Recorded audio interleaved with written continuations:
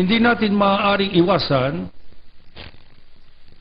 na ating balikan at suriin, ito bang ating mga ginagawang ito ay panukala natin? Sarili nating kagustuhan? O ito ay panukala at kalooban lahat ng Panginoon Diyos? Dapat nating malaman, mga mahal na kapatid, lahat ng mga nangyari sa iglesia, mula pa noong taong 1914, noong magsimula ang Iglesia ni Cristo sa bansang Pilipinas, yon ay itinakda ng Diyos. Ang Iglesia ay tumawid dagat at nakarating sa kanluran. Natatag ang Iglesia sa Hawaii noong Hulyo 27, 1968. Yon ay itinakda rin ng Diyos. Pagkatapos ang Iglesia ay nakasapit sa Roma noong Hulyo 27 rin, subalit taong 1994. Pagkatapos, Marso 31, 1996, ay nabalik ang Iglesia ni Cristo sa bansang Israel, sa dako ng Jerusalem. Itong pagtatatag sa Gresya. Ika-10 ng Mayo, taong 1997, yun man ay itinakda rin ng Panginoon Diyos.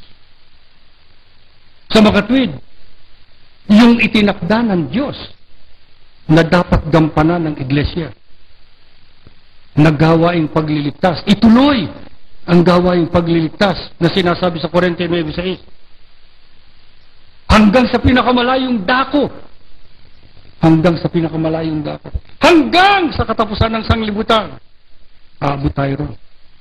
Malapit na ho yan. Ano ang ibig sabihin niya?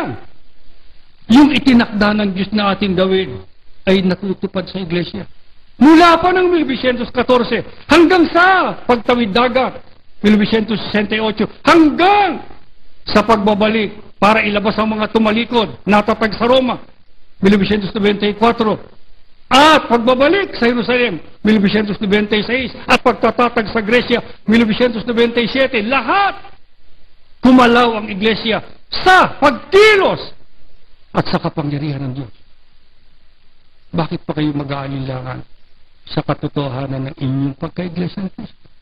Kung ganon, nakikita na nating kumakalat na ang pagdating ng Iglesia bilang pagpapatotoo sa Ebanghelyo ng Kaligtasan sa iba't ibang panig ng daigdig.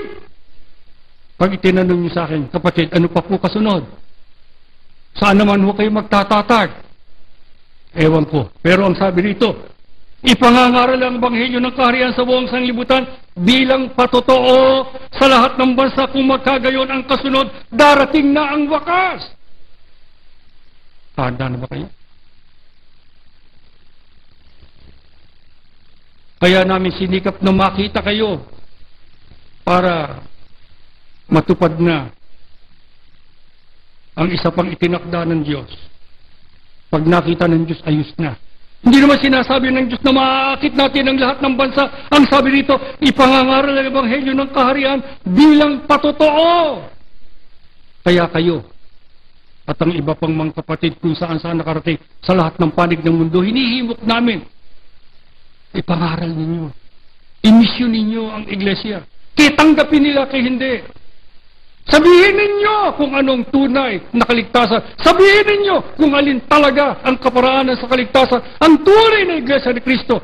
Tanggapin nila at hindi. Nakapagpatotoo kayo. Darating na si Cristo. Yan po ang dahilan ng aming pag-aayos sa Iglesia. Pati buhay, lalo na. Pamumuhay.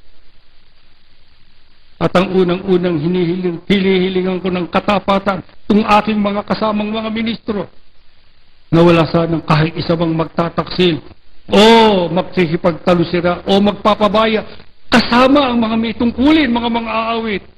Hindi kayo lugi. Mapagod kayo, mapuyat kayo, mga kapatid, na sumasama sa akin kahit saan. At yung iba pang galing pa sa Amerika, at kayo, nang palagay ninyo para kayong napatapon, hindi. Pagdating ni Kristo, kasama kayo. Mula sa lahat ng dakong naabot ng iglesia, si Kristo'y darating.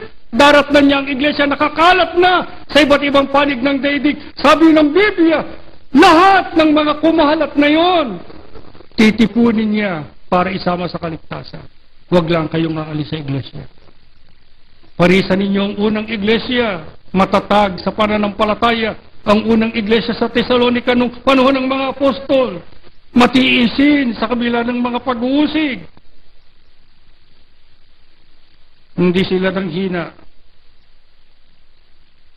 Malapit na ang araw ng pagliligtas, pahiiwag ka pa ba?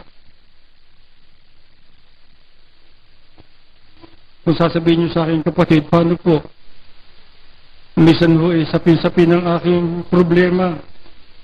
Marami yung pagsubok na dumarating sa buhay ko. Mahina na po ang katawan ko. May problema ho ako sa aking pamilya, sa aking mga anak, sa asawa. Hindi ho sila iglesia.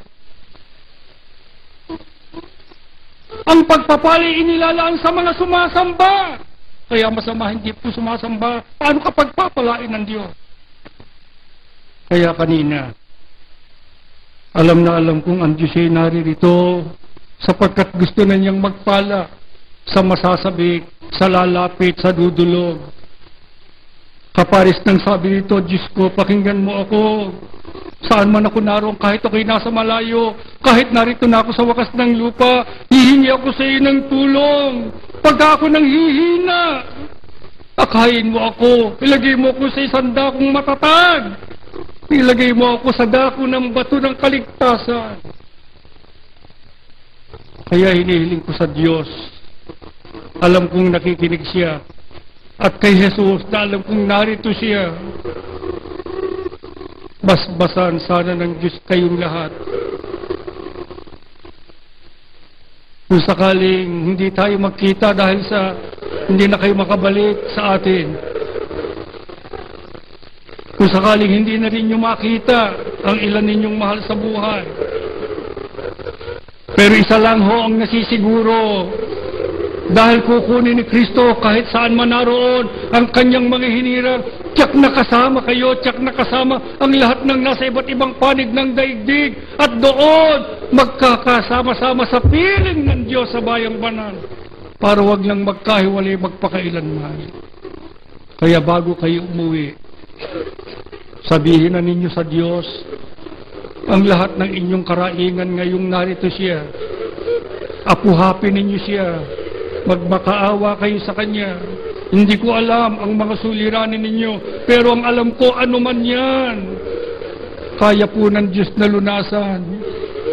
Kailangan lang sa atin itiwala, pag-asa para ng palataya.